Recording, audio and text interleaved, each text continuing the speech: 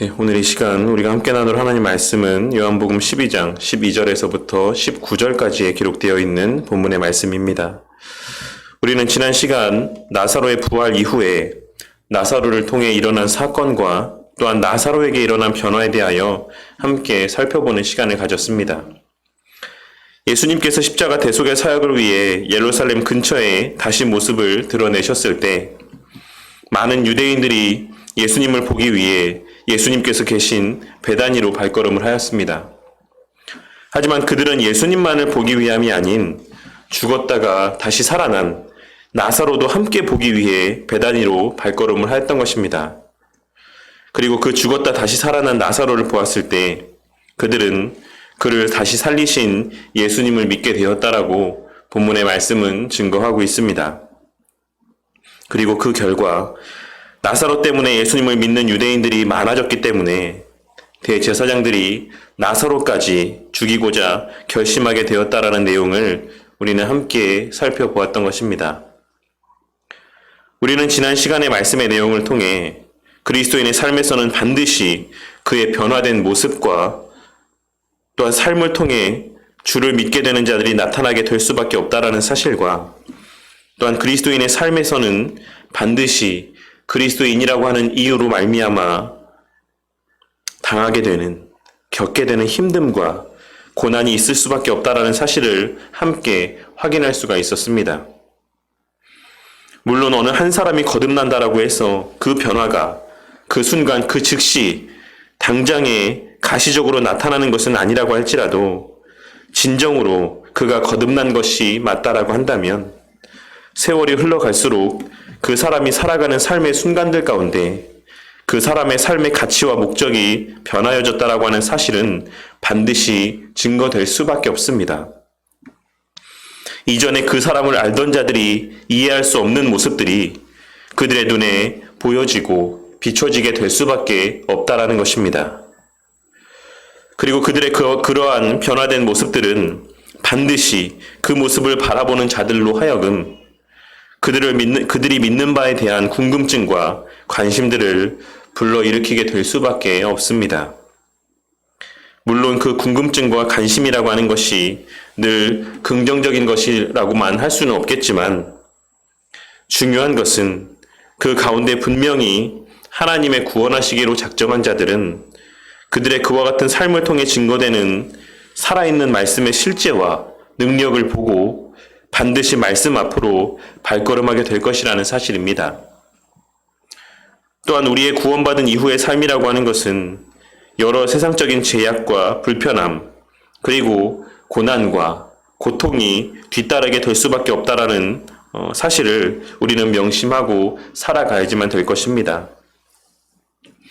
광야에서의 이스라엘 백성들의 삶이 그러하였고 구약의 선지자들의 삶이 그러하였으며 신약시대 초대 성도들의 삶이 그러하였고 초대 종교개혁 시대의 우리 신앙의 선배들의 삶의 모습이 그러하였다라는 사실을 우리는 기록된 말씀과 우리의 역사의 증언들을 통해 잘 알고 있는 것입니다. 많은 사람들이 예수를 믿으면 마치 만사가 형통하여지고 모든 것이 다 내 마음과 내 뜻대로 이루어질 것만 같이 생각을 하고 신앙의 삶을 살아가지만 죽었다 다시 살아난 나사로의 삶이 평생 자유롭지 못했던 삶이었던 것처럼 늘 죽음의 위협 가운데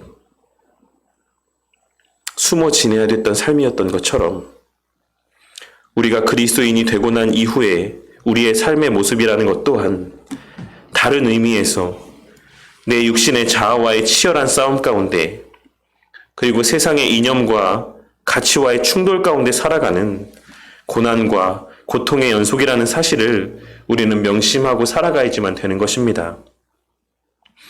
그러니 오늘 새벽 기도의 시간에 함께 나눈 말씀에서와 같이 손 밑에서 가시나무가 타는 소리와 같은 우매자들의 말에 마음을 빼앗기지 마시고 늘 그 마음을 초상집에 두고 살아가는 그 마음이 혼인집에 있는 것이 아닌 지혜로운 자와 같이 초상집에 그 마음을 두고 살아가는 그러한 지혜로운 삶을 살아가는 자들이 되어야지만 하는 것입니다. 그리고 오늘 말씀, 우리가 함께 나눌 말씀의 내용은 이제 드디어 예루살렘으로 입성하시는 예수님의 모습과 그에 대한 유대인들의 반응이 기록되어 있는 본문의 말씀입니다. 오늘 본문 말씀에서의 그 이튿날은 마리아가 예수님께 향유를 발랐던 그 사건이 있었던 다음 날이라는 의미로서 이는 오늘날 교회들이 종려주일로 기념하는 날의 근거가 되는 말씀이라고 할 수 있습니다. 예수님께서는 안식일 다음 날, 곧 고난주간에 시작되는 첫날에 사람들의 열렬한 환호를 받으며 예루살렘으로 입성하셨던 것입니다. 당시 예수님께서 예루살렘으로 입성하실 때 환호했던 무리들은 크게 두 무리였는데, 한 무리는 베다니에서부터 예수님과 함께 예루살렘으로 발걸음하였던 한 무리가 있었고, 또 다른 한 무리는 예루살렘에서 예수님을 맞이하고 있었던, 기다리고 서 있었던 한 무리였습니다. 그리고 당시 그 두 무리의 수에 대해서 역사학자들은 저마다의 숫자들을 이야기하고 있긴 하지만 보편적으로 당시 예루살렘의 인구수의 2배나 3배 정도의 사람들이 그곳에서 예수님을 맞고 또 예수님에 대하여 환호했을 것이다라고 보는 것이 일반적인 견해라고 할 수가 있을 것입니다. 그러니 당시의 예루살렘 인구수의 2~3배 정도라고 할 수 있는 20만 혹은 30만 정도의 사람들이 당시 예루살렘 안에 모여 있었을 것이고 그 수의 상당수가 예수님 앞으로 나와서 예수님께 환호하며 예수님을 맞이하였던 것입니다. 그리고 그렇게 모인 사람들은 13절에 기록된 말씀에서와 같이 종려나무 가지를 가지고 맞으러 나아갔습니다. 그리고 그들의 입술에는 호산나 찬송하리로다 주의 이름으로 오시느니 곧 이스라엘의 왕이시여라는 고백들이 흘러넘치고 있었던 것입니다. 본문에서의 종려나무 가지를 가지고 예수님을 맞이한 것은 사복음서 가운데 오직 요한복음에만 기록이 되어 있는 말씀의 내용이라고 할 수 있습니다. 당시 유대인들이 예수님을 맞이하며 종려나무 가지를 들고 흔들며 맞이했던 것은 그들의 예수님에 대한 기대와 생각을 잘 나타내 보여주는 행동이라고 할 수가 있습니다. 유대인들이 왕을 맞이하며 승리를 상징하는 종려나무 가지를 흔들거나 그 길에 편 것은 사실 그리 오래된 전통이 아니라 신구약 중간기에 마카비 형제가 독립전쟁에서 승리한 후에 벌인 환영 행사에서 유래된 모습이라고 할 수 있습니다. 그리고 그러한 행위와 함께 그들이 외치고 있는 호산나라고 하는 호칭 표현은 아람어로 구원하소서라는 의미의 신적 호소의 표현이라고 할 수가 있습니다. 그러면서 그들은 시편 118편을 인용하며 예수님을 향하여 이스라엘의 왕이라고 부르고 있는데 이 모든 것을 종합하여서 고려해 보았을 때 그들은 이제 예수님께서 완전한 이스라엘의 왕이 되어 마카비 형제가 그러하였던 것처럼 로마의 압제에서 자신들을 해방시켜주고 이 땅에 하나님의 나라, 완전한 신정왕국을 세워주시기를 바라는 마음에서 그 손에 종려나무 가지를 들고 예수님을 열렬히 환영하며 또 맞이하였던 것입니다. 하지만 그들의 그와 같은 엄청나고도 열렬한 환호와는 달리 예수님의 예루살렘으로 들어가시는 모습은 그들이 기대하는 예수님의 모습과는 조금 거리가 있었습니다. 당시 예루살렘을 순례하는 일반인들은 대개 걸어서 예루살렘으로 들어갔지만 왕의 경우에는 크고 멋진 말을 타고 들어가는 것이 일반적인 모습이었습니다. 예수님께서는 이스라엘 민족의 왕이자 만왕의 왕으로서 친히 걸어서 예루살렘으로 들어가진 않으셨지만 스가랴 9장 9절에 기록된 예언의 말씀인 시온에 따라 크게 기뻐할지어다 예루살렘에 따라 즐거이 부를지어다 보라 내 왕이 내게 임하시나니 그는 공의로우시며 구원을 베푸시며 겸손하여서 나귀를 타시나니 나귀의 작은 것 곧 나귀 새끼니라 라고 하신 말씀에서처럼 크고 멋진 말이 아닌 나귀 새끼를 타고 예루살렘으로 입성하심으로 예수님께서는 사람들이 바라는 바와 같이 이 세상에서의 화려한 왕이 아닌 겸손한 만왕의 왕이자 하나님이심을 나타내 보이셨던 것입니다. 그런데 우리는 오늘 본문 말씀에서의 스가랴 9장 9절 말씀의 인용이 본래의 표현과 조금 다르게 기록되어 있는 것을 발견할 수가 있습니다. 앞서도 제가 봉독했던 바와 같이 스가랴 9장 9절 말씀의 예언의 시작은 시온에 따라 크게 기뻐할지어다, 예루살렘에 따라 즐거이 부를지어다 라는 표현으로 시작을 하고 있지만, 요한 사도는 시온 따라 두려워하지 말라 라는 표현으로 시작을 하고 있기 때문에 그렇습니다.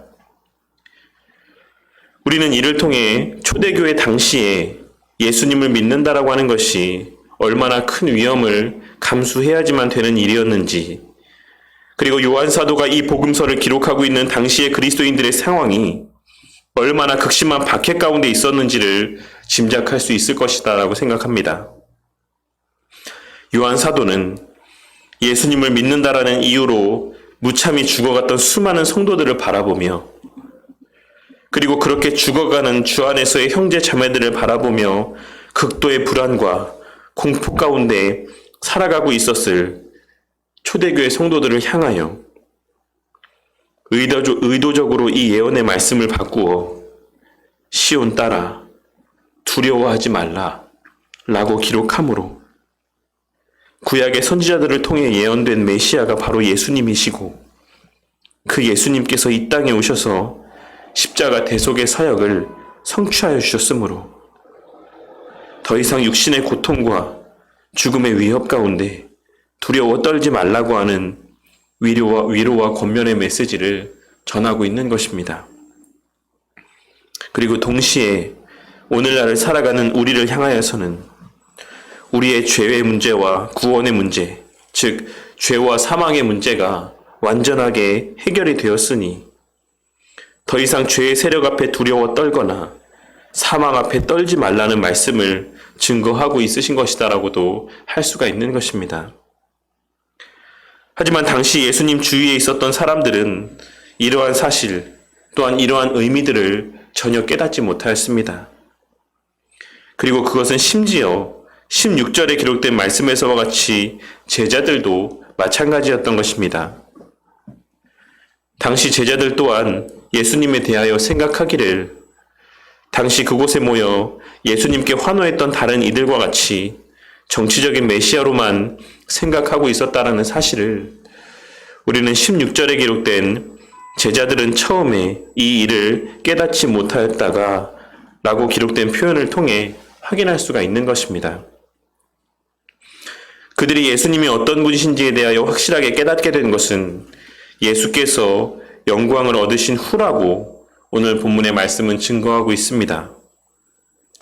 그들은 예수님께서 십자가에 달려 죽으시고 다시 살아나시고 승천하신 이후에서야 예수님께서 메시아이심에 대한 확신을 가질 수 있었고, 오순절 성령 강림 사건이 있은 후에서야 그동안 예수님께서 증거하신 말씀들의 의미와 또한 행하신 일들 가운데 담겨져 있는 의미들을 온전히 깨달을 수 있었다라는 사실을 우리는 오늘 본문의 말씀을 통해 확인할 수가 있는 것입니다. 그런데 당시 예수님께서 예루살렘으로 입성하실 때 예수님에 대하여 적극적으로 이야기하며 예수님을 알리고 다닌 것은 예수님의 제자들이 아닌 17절에 기록된 말씀에서와 같이 나사로를 무덤에서 불러내어 죽은 자 가운데서 살리실 때에 함께 있던 무리였습니다. 우리는 이를 통해 사람이 무엇인가를 그 두 눈으로 목도하고 체험한다라는 것이 그 사람에게 있어 얼마나 큰 영향력을 발휘하는 것인지를 알 수가 있습니다.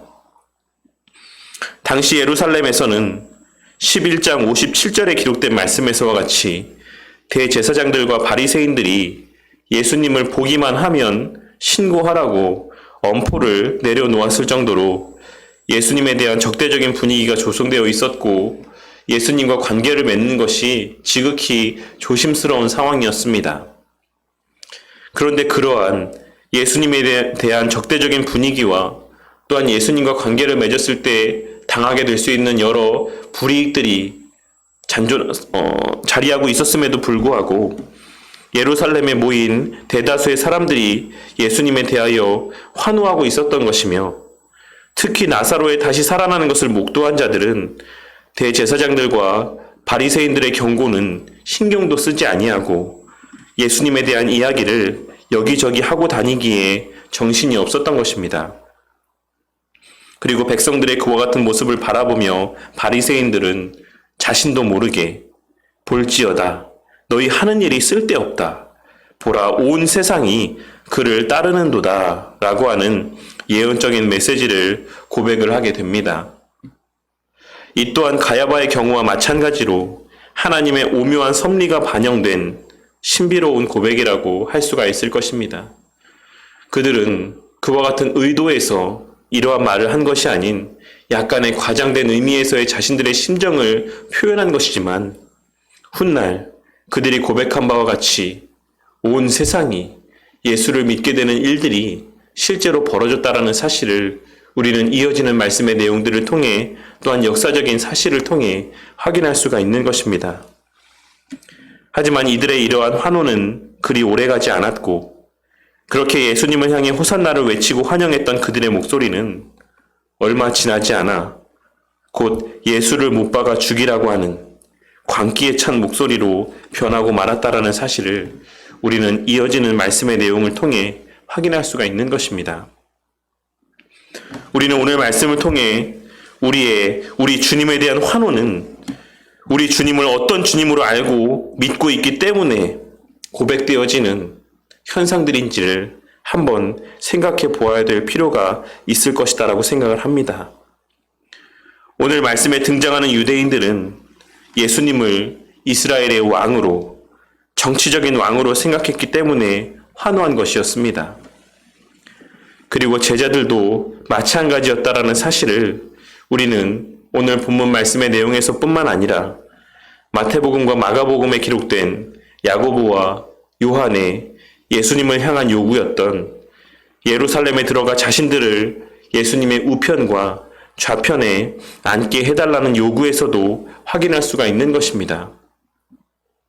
하지만 우리는 그와 같이 야고보와 요한이 구했던 그 예루살렘에서의 예수님의 우편과 좌편의 자리가 결국 누구의 자리였고 어떤 자리였는지를 잘 알고 있습니다. 그들이 그토록 환영하며 환호하며 맞이했던 그 예수님의 예루살렘에서의 마지막 자리는 그들이 그토록 고대했던 왕으로서의 왕좌의 자리가 아닌 십자가 고난의 자리였고 수치의 자리였으며 죄인들의 자리였다라는 사실을 우리는 잘 알고 있는 것입니다. 그렇다면 오늘날 우리는 우리 주님을 어떤 존재라고 생각을 하며 믿고 따르고 있는 것이겠습니까? 오늘날 우리는 수많은 사람들이 2000여 년 전 종려나무 가지를 흔들며 예수님을 맞이했던 유대인들과 같은 마음으로 예수님을 사랑한다 고백하고 환영하며 반기는 모습들을 보게 됩니다. 자신들에게 물질의 자유를 가져다 주기를 바라는 마음에서, 자신들에게 질병에서의 자유함을 안겨주기를 바라는 마음에서, 학력에서의 자유를, 권세에서의 자유를, 남들의 시선에서의 자유를 주기를 바라는 마음에서 예수님을 믿고 따르며 환영하는 모습들을 보게 될 때가 너무나도 많이 있는 것입니다. 하지만 우리는 우리 주님께서 그러한 세상적인 유익을 우리에게 안겨주시기 위해 오늘 말씀에서와 같이 나귀 새끼를 타고 예루살렘에 입성하신 것이 아니라는 사실을 명심하고 살아가야지만 될 것입니다. 예수님께서는 우리 손에 돈 얼마를 더 쥐어주시기 위해, 우리의 이 땅에서의 삶을 몇 년 더 늘려주시기 위해, 우리 자녀들을 형통한 삶으로 인도해 주시기 위해 나귀 새끼를 타고 예루살렘에 들어간 것이 아니라는 것입니다. 당시 제자들은 아직 성령 하나님의 조명하여 주심의 은혜가 없었기 때문에 그 사실을 깨닫지 못했습니다. 하지만 오늘날을 살아가는 우리는 어떠합니까? 오순절 성령 하나님께서 이 땅에 가시적으로 임하신 이후 그 성령 하나님의 역사로 말미암아 거듭난 자들은 모두가 다 성령 하나님의 내주하심의 은혜 가운데 살아가고 있다라는 사실을 우리는 기록된 말씀의 내용을 통해 잘 알고 있습니다. 그렇다면 우리가 우리 주님에 대하여 어떻게 인지하고 있는가 하는 것이 바로 우리 안에 성령 하나님께서 내주하고 계신가 아닌가를 분별해주는 기준이 된다라고도 할 수가 있는 것입니다. 예수님의 이 땅에 성육신 하신 일들과 그 예수님께서 친히 증거하신 복음서의 기록들, 그리고 그 예수님의 죽으심과 부활하심과 승천하심의 모든 사건의 의미가 온전히 깨달아지고 내 마음 가운데 새겨지고 그것이 진정으로 믿어지는가? 그 의미와 가치를 온전히 깨닫고 누리며 살아가고 있는가? 라고 하는 것이 우리 안에 성령 하나님께서 내주하고 계신가 아닌가를 나타내 보여주는 하나의 시금석이 될 수 있다는 것입니다. 그리고 그것은 우리가 우리 주님의 십자가 대속의 사역의 은혜 아래 거하고 있는가 아닌가를 나타내 보여주는 두렵고 떨림이 되는 말씀이라고도 할 수 있을 것입니다. 우리 성도님들에게 있어 우리 하나님이 그저 나의 이 땅에서 형통한 삶을 위해 존재하시는 분으로 인식되어져 있지 않기를 바랍니다. 그리고 또한 그렇지 않을 것이다 라고 믿어 의심치 않습니다. 성령 하나님의 역사는 말씀의 깨달아짐의 역사인 것이고 성령 하나님의 체험이라고 하는 것은 그 말씀이 실제인 것에 대한 체험적인 알미라고 할 수가 있을 것입니다. 그것과 무관한 체험이라고 하는 것은 비록 그 당시에 그것을 체험하는 이들에게 있어 엄청난 능력과 효력을 발휘할 수는 있겠지만 오늘 말씀에서의 유대인들과 같이 그 효력이 지속되는 기간은 얼마 되지 않을 것이며 금방 변화해지고 말 유한하고 제한된 은혜에 불과하다라는 사실을 우리는 반드시 깨달아야지만 될 것입니다. 예수님께 기도함으로 갑자기 돈이 많아지고 죽을 병에 걸렸다가 다시 살아나고 온갖 놀라운 일들을 경험하게 될 때 그 당시에는 이 세상에서 내가 못할 일이 없을 것처럼 내가 하나님을 위해 감당치 못할 일이 없을 것처럼 흥분하고 엄청난 열정에 사로잡혀 평생을 주님을 위해 살 것처럼 그렇게 고백하고 살아갈 수는 있지만 그러한 체험의 능력이라고 하는 것은 결코 그리 오래가지 못한다라는 것을 우리는 오늘 말씀에 유대인들의 모습을 통해 발견하고 마음 가운데 새겨야지만 되는 것입니다. 왜냐하면 우리 그리스도인의 참된 능력이라고 하는 것은 그러한 외적인 체험으로 말미암는 것이 아니라 십자가 대속의 의미가 온전히 깨달아지고 믿어지는 것으로 말미암는 것이기 때문에 그렇습니다. 우리 주님께서 십자가에 달려 죽으시고 부활하심으로 죄와 사망의 법에서 우리를 해방시켜 주셨다라고 하는 사실에 대한 깨달음과 믿음이 우리에게 있어 참된 기쁨과 즐거움을 누리고 만끽하게 해주는 것이며 이제 우리가 만왕의 왕이신 천지 만물의 주권자 되시는 우리 주님께 속한 자가 되었다라고 하는 사실에 대한 깨달음이 그 하나님의 양자가 되었다라고 하는 사실에 대한 깨달음이 우리에게 참된 소망과 위로를 주는 것이다라는 사실을 깨닫게 되는 은혜가 있기를 바라겠습니다. 그리고 그러한 우리 주님에 대한 바른 깨달음과 확신으로 말미암는 사랑과 환호들만이 이 세상의 상황과 여건에 따라 달라지는 가변적인 사랑이 아닌 하나님 앞에서의 언제나 한결같은 참된 사랑의 모습으로 표출되어질 수 있다는 사실을 깨닫게 되는 은혜 또한 있기를 바라겠습니다. 내 감정에 사로잡혀, 내 착각에 사로잡혀 주님 앞에 눈물 콧물을 쏟으며 사랑을 고백하다가도 금세 세상의 가치를 좇아 죄의 유혹에 넘어져 버리고 마는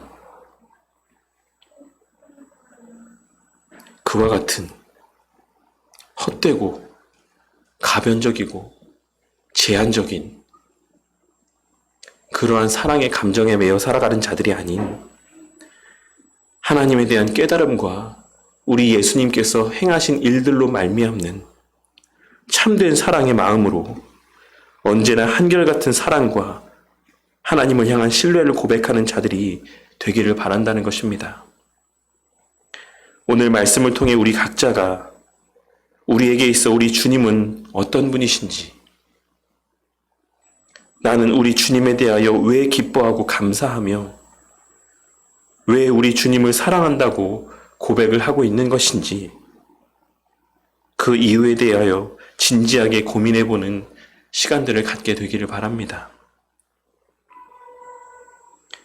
우리 주님의 십자가에 달려 죽으심의 의미가, 그 가치가, 그 능력이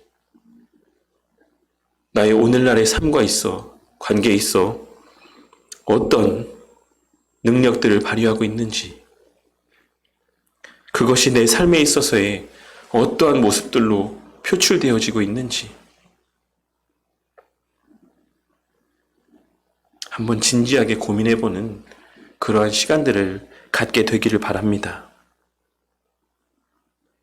그리하여 그러한 과정들 가운데 우리 안에 내주하시는 성령 하나님의 조명하여 주심의 역사로 말미암아 우리 주님께서 나를 위해 행하신 일들의 의미와 가치가 다시 한번 분명하고도 명확하게 우리 각자의 마음 가운데 깨달아지는 은혜가 있으므로 그 어떤 상황 속에서도 늘 한결같이 우리 주님에 대한 사랑을 고백하고 그 사랑의 감정들이 우리의 입술을 통해 감사의 고백들로 증거되어지고 그 능력과 효력들이 우리의 예배자의 삶, 신앙인의 삶을 통해 표출되어지기를 주님의 이름으로 간절히 축원합니다.